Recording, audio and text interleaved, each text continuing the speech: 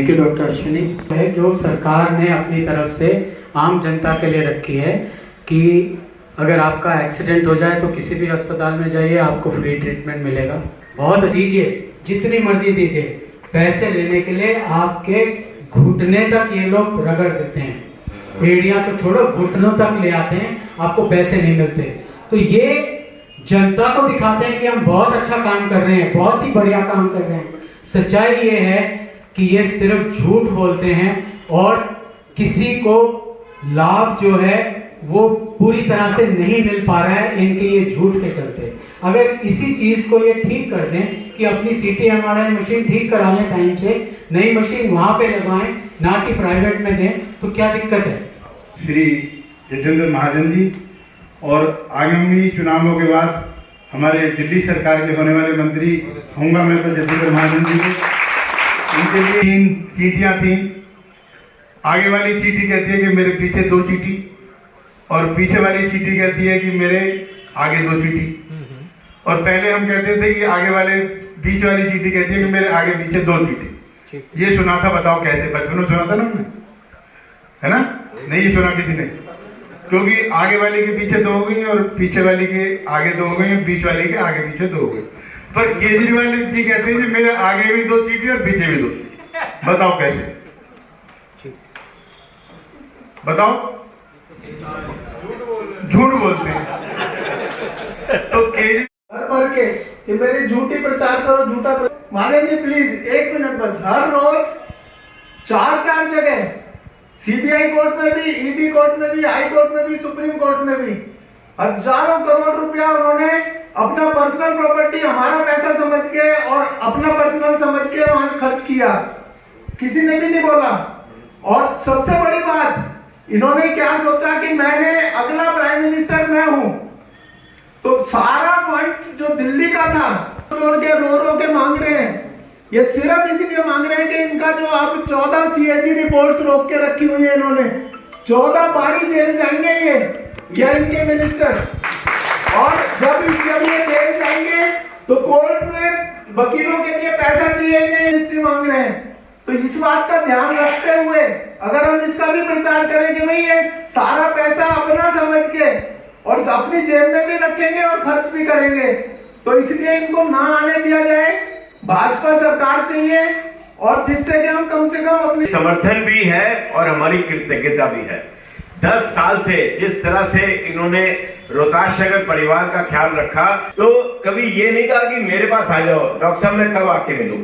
ऐसा स्वभाव मैंने आज तक किसी राजनेता का नहीं देखा कि हमेशा ये क्लिनिक पे आके पूछ के गए कि समस्या क्या है और उसका निदान क्या करना है।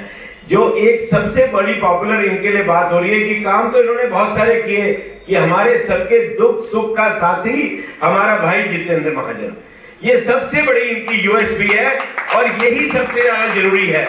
अगर काम के लिए देखो तो जितेंद्र जी ने जो किया है आज वो पूरे विश्व में नाम कर रहा है। ये जो केजरीवाल जी का शराब का जैसे एक शिष्य को इतने सारे गुरु खड़े कर देते हैं और हाथ में माइक दे देते हैं, और या आप ऐसे कीजिए कि भाई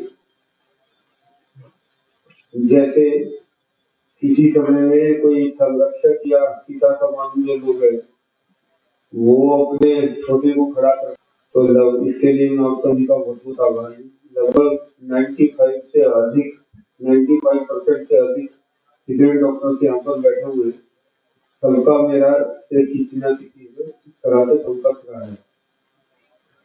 और निश्चित रूप से इन पिछले 5 सालों में मेरे को जब भी मौका मिला तो सिर्फ मैंने एक कोशिश की कि आप सब लोग जो बैठे, मतलब कोई भी काम ऐसा ना हो या जो बात कही है उसको कैसे पूरा करना है, ये मैंने डॉक्टर मन से कोशिश की है।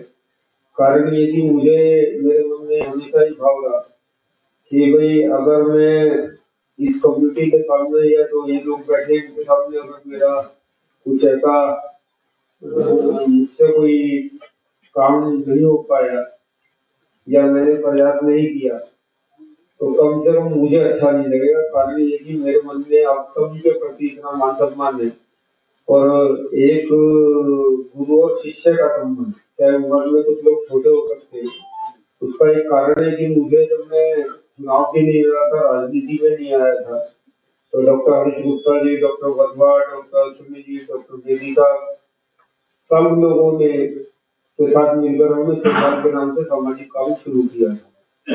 वो बहुत शुरुआती दौर था और उस समय जो आप सब लोगों का आशीर्वाद मिला था और आप सब लोगों ने जो एक प्रकार से काम करना सिखाया था, उसे मैं जीवन में कभी भूल नहीं सकता। और पिछले 5 सालों में मैं कम से कम 70 से 75 बार GDB hospital, Delhi state cancer hospital, Vibhas hospital, Rajiv Gandhi super speciality hospital, इन सारे हॉस्पिटल में मेरे को जाने का मौका मिला। और जाने का सिर्फ एक कारण था कि कोई मरीज मेरे पास आया और उसकी सुनवाई नहीं हो रही या कुछ नहीं हो रहा, तो मैं उसको भी साथ मिलाकर ले गया। और वहां जाकर मैंने जो स्थितियां देखी कि किस प्रकार से डॉक्टर।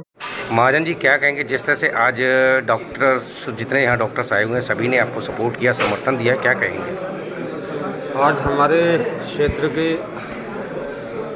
इतने प्रतिष्ठित डॉक्टर्स ने भारतीय जनता पार्टी को समर्थन देने के लिए घोषणा की है, इसके लिए मैं उनका आभार व्यक्त करता हूँ। एक अच्छी दिल्ली बनने में उनका जो योगदान हो सकता है वो उन लोगों ने किया है और उन्होंने आज जितेंद्र महाजन को रोहतास नगर विधानसभा से समर्थन दिया है, इसके लिए मैं डॉक्टर्स का बहुत बहुत आभार व्यक्त करता हूँ। रोहतास नगर में जितेंद्र महाजन क्यों जरूरी है?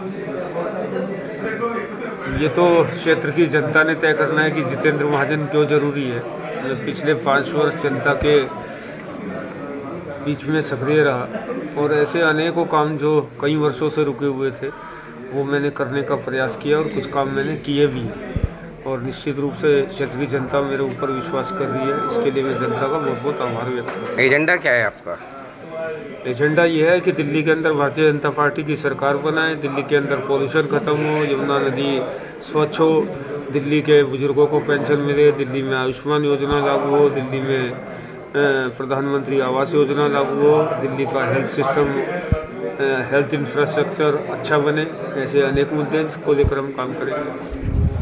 डॉक्टर साहब, क्या कहेंगे जिस तरह से आज आपने पूरे डॉक्टर्स की टीम यहाँ पे मौजूद है और जितेंद्र महाजन को सुना, क्या कहेंगे इसके बारे में? ये दिल्ली में डॉक्टर्स की जो हमारा चिकित्सा प्रकोष्ठ है उसकी 25वीं मीटिंग है।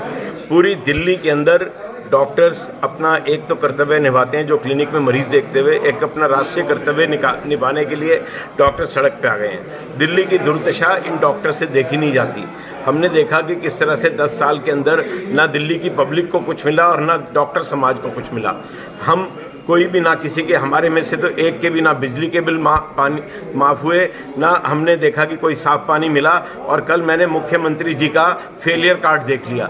कल उन्होंने आके सारे देश से और पूरी दिल्ली की जनता से माफ़ी मांग ली कि मुझे माफ़ करना, ना मैं पानी दे पाया, ना मैं हवा साफ दे पाया, ना मैं आपकी सड़कें इम्प्रूव कर पाया, ना मैं आपके सीवर खोल पाया, ना मैं बेरोजगारी दूर कर पाया, ना मेरा शिक्षा का मॉडल है, ना मेरा स्वास्थ्य का मॉडल है, मुझे माफ़ करना।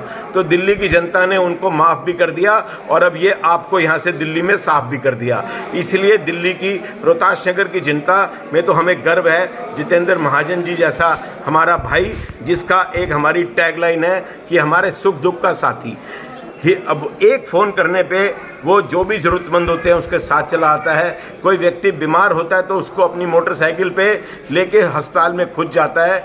हर एक व्यक्ति के दुख सुख के लिए देखता है। शराब घोटाले में जो पूरी आप सरकार ने इतनी बड़ी गलत नीति लाए और उसके अंदर घोटाला किया, उसको उजागर करने का काम जितेंद्र महाजन जी ने रोहतास नगर के अंदर किया। रोहतास नगर में इंफ्रास्ट्रक्चर डेवलप करने का काम किया, सड़कें बनवाई, सीवर में पहली बार हमने देखा रोहतास नगर के अंदर पहली बार पानी नहीं भरा। हमारी जितनी जिंदगी है उतने साल से जैसे ही बारिश होती थी रोहतास नगर के अंदर पूरी पानी का सैलाब देखते थे, इतनी ज्यादा यहाँ बाढ़ देखते थे। पहली बार रोहतास नगर में सड़कें सूखी रही और ड्रेनेज